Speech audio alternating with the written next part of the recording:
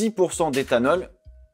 Les présentations des équipes de Formule 1 et de leur monture pour 2022 continuent et c'est au tour de Red Bull de nous présenter son travail, ou presque. En vrai, on s'est un petit peu fait enfler et on risque d'avoir la même chose avec d'autres écuries.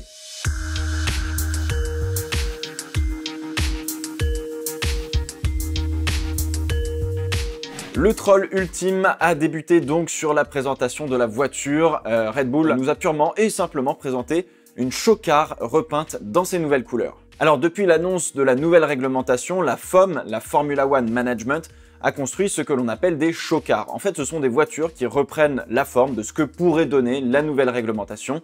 Ces voitures n'ont pas de moteur, pas de frein, pas d'amortisseur, bref, c'est une voiture pour faire joli à l'œil et même l'aéro est fait dans un but plutôt esthétique, on va dire, plus que dans un but de performance. Alors au final, oui, c'est comme un concept car, mais où on n'a que la carrosserie et rien d'autre. Alors à ma connaissance, on nous a véritablement montré une show car qui s'appelle Uniform, qui est le résultat de 20 designs travaillés pour le coup, mais il en existe d'autres. On a notamment celle peinte aux couleurs de F1 Authentics, le shop où vous pouvez acheter des pièces de collection de la F1, et c'est donc bien de celle-là dont Red Bull s'est servi pour présenter sa livrée. Je n'ai donc absolument aucune analyse technique, on va dire, à vous faire, car les détails de la Red Bull ne seront absolument pas les mêmes du tout que ceux présentés ici. Je sais pas pourquoi, mais je sens que Red Bull n'est que la première d'une longue série à nous montrer une show car qui n'aura rien à voir avec la véritable voiture qui prendra la piste, mais j'espère de tout cœur que l'on aura quelques détails chez d'autres écuries à se mettre quand même sous la dent avant Barcelone et surtout avant Bahreïn. Alors est-ce véritablement étonnant? Non, absolument pas. On est sur une nouvelle réglementation qui est la plus impactante depuis près de 40 ans.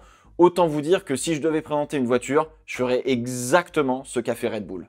Je n'aime pas cette façon de faire, je ne suis pas d'accord avec cette façon de faire, mais j'accepte cette façon de faire. Bon, et alors là, vous allez me dire, ouais, mais pourquoi la RB18 et pas la RB17? Red Bull, en fait, veut simplement continuer de matcher les numéros en fonction du nombre de saisons en F1 disputées. La RB16B de l'année dernière est donc une sorte de RB17, donc techniquement, on ne verra jamais le nom RB17. La livrée est dans la parfaite lignée des Red Bull depuis des années, et forcément, on remarque le nouveau sponsor titre, Oracle, de l'écurie, poids lourd dans le domaine de l'informatique et qui aidera notamment Red Bull à concevoir le moteur de F1 de la prochaine réglementation. Bref, c'est assez stratégique, on va dire, comme sponsor au final. Plus de Honda sur la livrée puisque leur partenariat est arrivé à sa fin au soir du Grand Prix d'Abu Dhabi 2021, mais on sait que Honda continuera d'épauler Red Bull d'une manière ou d'une autre dans les mois à venir, voire même les années à venir, le temps que Red Bull Powertrains, la nouvelle structure qui concevra et fabriquera les moteurs de F1 pour Red Bull,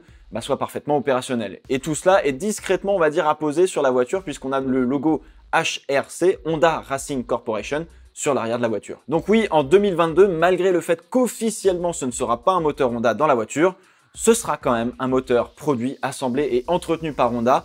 Et Honda, ils n'ont pas chômé non plus cet hiver parce que ils apportent une nouvelle spécification moteur pour cette année, puisqu'à partir de la première course à Bahreïn, on va geler le développement des moteurs, pas du MGUK encore, pour quelques saisons. Et beaucoup d'écuries vont amener justement une nouvelle spécification de leur moteur car on va utiliser un carburant avec 10% d'éthanol et du coup on dirait pas comme ça, mais c'est un gros changement pour les moteurs de F1 car juste avec ça on va perdre une bonne grosse vingtaine de chevaux qu'il faudra finalement regagner pour être devant. Mais bon, on aura l'occasion d'en reparler, vous inquiétez pas. Alors forcément, l'un des plus gros challenges que Red Bull va avoir, tout comme Mercedes pour cette année, c'est la gestion du budget.